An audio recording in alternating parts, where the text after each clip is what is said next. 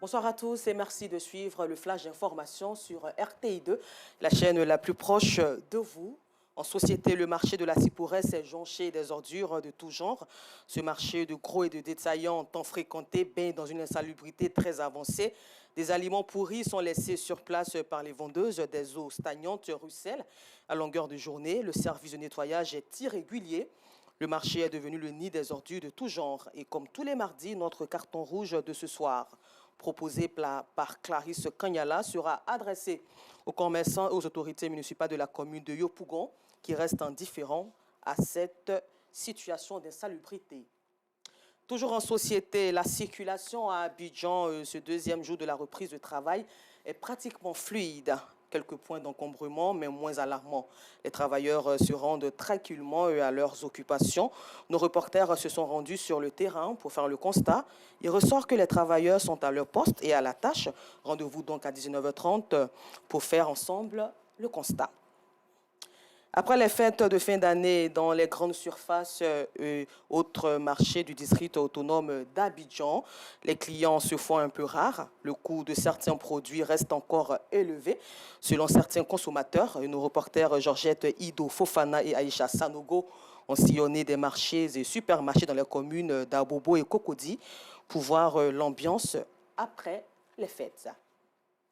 La mutuelle des agents de la mairie d'Abobo, Mutiama, a organisé tout récemment une cérémonie de reconnaissance à ses retraités.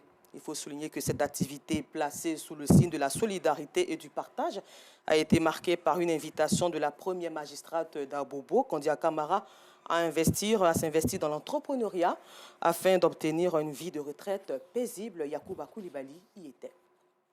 Marie, agent de la mairie à la retraite après plus d'une décennie de service, rendu à la municipalité, égrène ses difficultés. Nous avons besoin d'entreprendre. Moi, aujourd'hui, là, si j'ai un magasin, je suis grossiste quelque part. Et puis, je vends, je suis tranquille.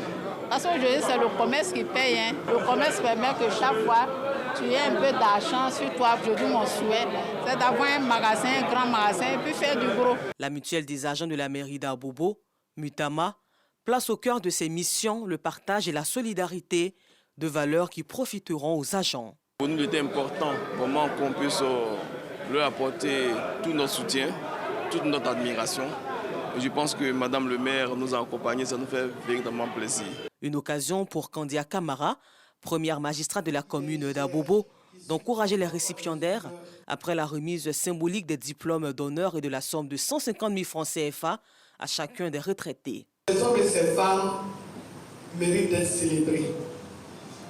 Le président de la République, la première dame et le gouvernement ont des projets pour les Ivoiriens. Et vous devez saisir ces opportunités-là. Venez avec vos projets pour bénéficier de financement, pour pouvoir les réaliser.